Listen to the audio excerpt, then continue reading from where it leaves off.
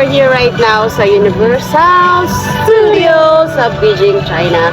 So, naalala ko lang, kasi si Bong dati nung nagbabarko siya, naalala ko nakarating ka dito sa China. Beijing? Hindi sa Beijing. Saan ba yun? Sa Ningbo. Ningbo! So, nung nagbabarko pa siya as seaman, as OFW, nakarating siya dito. Anong feeling mo ngayon? Na nandito ka na ulit, pero hindi para magtrabaho, pero para mag-enjoy. Yes! Sobrang sarap sa feeling. Imagine, naka-Universal Studio ba naman? Nasa likod natin, umiikot, oh. And dati, ako lang yung umiikot o paikot-ikot sa barko.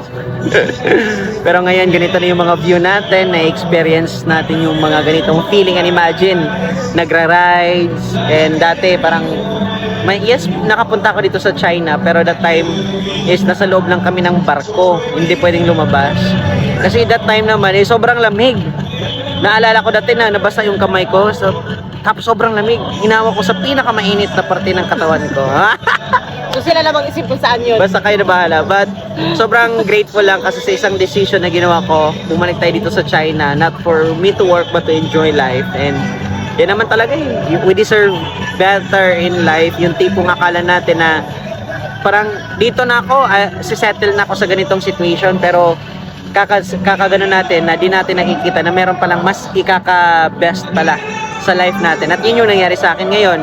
Lumabas ako sa comfort zone kasi andun yung job security. Pagiging seaman, kayang kumita na malaki, tuloy-tuloy, secured yan. Pero walang time. But it's not about the income, but it's about the time na kung saan mo siya ilalagay yung oras mo.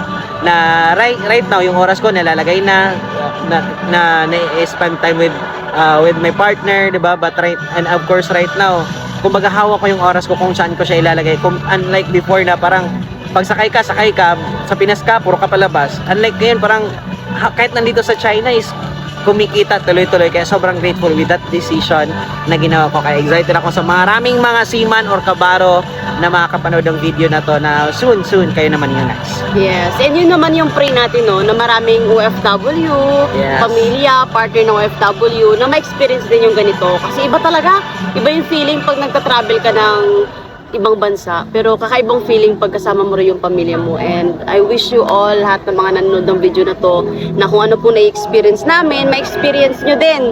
Talagang nag-take action lang kami, nagkaroon lang kami ng delayed gratification, yung bago namin ginagawang isang bagay, deserve namin, at talagang pinagtatrabahuan namin. Kaya na next, maka-experience ito.